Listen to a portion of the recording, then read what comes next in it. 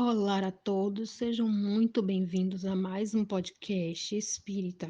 Dessa vez, se tratando do capítulo 7, Bem-aventurados os pobres de espírito, no item Mistérios ocultos aos sábios e aos prudentes. Eu sou Tatiane Nascimento e estarei com vocês nessa conversa, neste bate-papo de hoje. Que o Senhor possa nos envolver com a sua energia amorosa, consoladora, e que nós tenhamos o máximo de proveito ao ouvirmos as tuas palavras e nos colocarmos como bons ouvintes.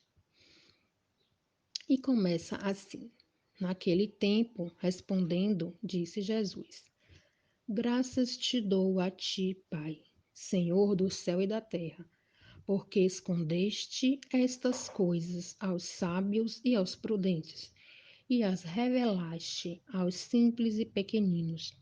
Está em São Mateus, capítulo 11, versículo 25. Ao ouvir essa frase, nos soa estranho, porque Jesus, parabeniza o nosso Deus divino em dizendo que não revele aos sábios e aos prudentes as coisas, do céu. E nos põe a refletirmos em torno dessa afirmativa inicial. É que precisamos entender, pelos humildes, aqueles que estão numa postura de aprendizes diante de Deus e que se não consideram, portanto, superiores. E que pelos sábios nós podemos entender como os que estão em postura orgulhosa, envaidecidos com seu saber conquistado pelo mundo, e que, portanto, se negam a acreditar ou a ouvir qualquer tipo de conhecimento que não se concretize, que não se materialize, que não se comprove. Isto porque sábio, na antiguidade, era sinônimo de sabichão, daquele que se orgulhava do muito que sabia. Então, o mesmo acontece hoje, com as grandes verdades reveladas pelo Espiritismo.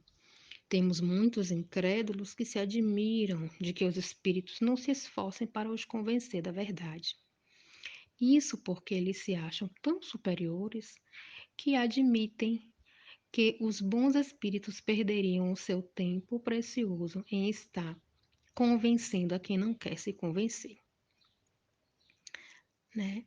Então, são os humildes de coração aqueles que estão aptos a receber, entender e adquirir os ensinamentos do Mestre Jesus. Deus, disse A, não poderia tocar esses orgulhosos, pessoalmente, por meio de prodígios, de manifestações? Sem dúvida que ele poderia, mas não é o objetivo do Mestre Jesus nem de Deus. Então, nessa passagem, o primeiro ensinamento que nos salta aos olhos, na lição de Allan Kardec, é de que Deus tem enorme dificuldade para conseguir fazer os homens sábios entenderem os ensinamentos da espiritualidade, porque esses homens sábios perante o mundo, eles alimentam em si o orgulho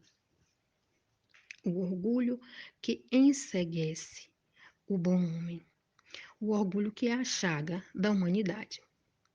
Quase que de maneira geral, os homens que se destacam na vida por terem conseguido uma situação econômica melhor que os seus irmãos, ou por terem se destacado pelos diplomas nas escolas do mundo, julgam-se dispensados de aprender sobre os mistérios da vida e da morte, principalmente porque esses ensinamentos irão levá-los a uma mudança de postura frente à vida. Jesus, ao referir-se aos pequeninos, agradecendo ao Pai por revelar a verdade a eles e escondê-la dos sábios e prudentes, nos ensina que para aprendermos a verdade é necessário termos humildade de coração. E quando falamos de humildade, não é no sentido de sermos ignorantes ou pobres materialmente ou intelectualmente, mas sim falarmos de um estado de espírito que qualquer um pode adquirir, seja bem situado social ou intelectualmente. Jesus então nos convida a termos um coração pobre no sentido de não nos apegarmos ao que temos e partilhar com quem necessita. Pobre de espírito, portanto, é uma qualidade que todos nós temos capacidade de conquistar. Não quer dizer que devemos ser pobres de bens materiais, mas sim ricos de humildade, na postura de humildade, daquele que é aprendiz do Evangelho de Jesus e que está disposto a receber toda essa orientação para colocar e transformar a sua vida.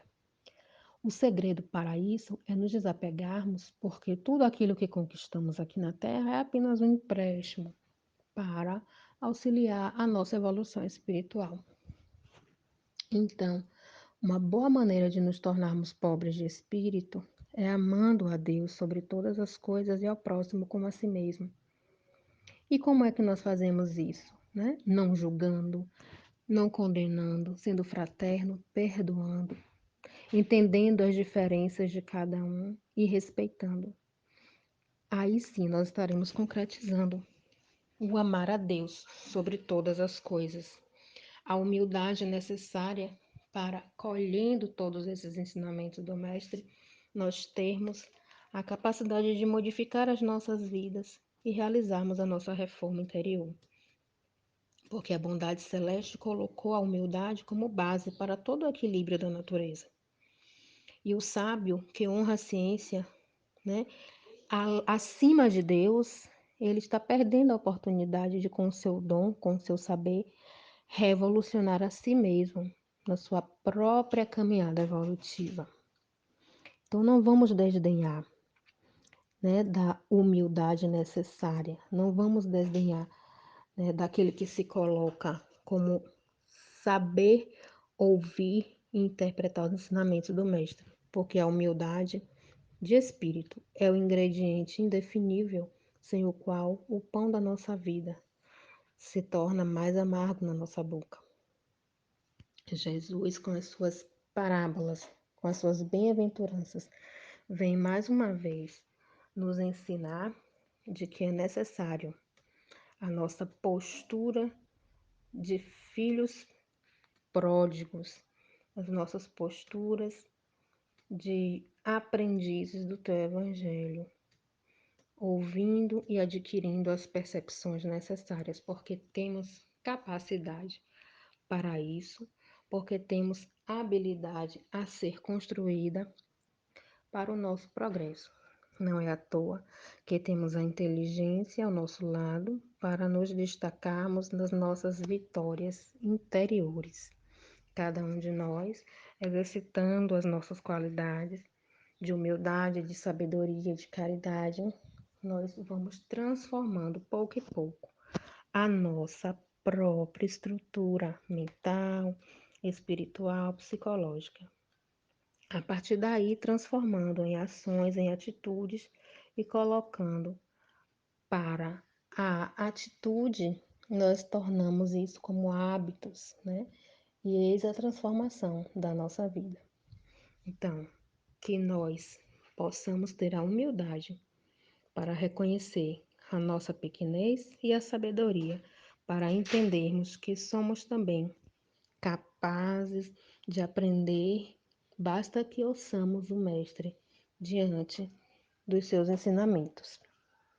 Jesus esteve sobre a terra, esteve conosco para nos fazer compreender na prática que todas as tribulações têm um fim, bastando que nós tenhamos a humildade de entender o nosso processo de crescimento.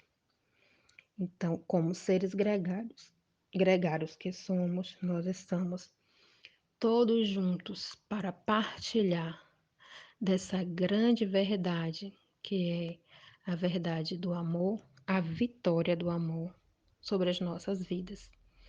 E assim nós encerramos mais um podcast, desejando votos de muita paz, de muita harmonia e de muito amor.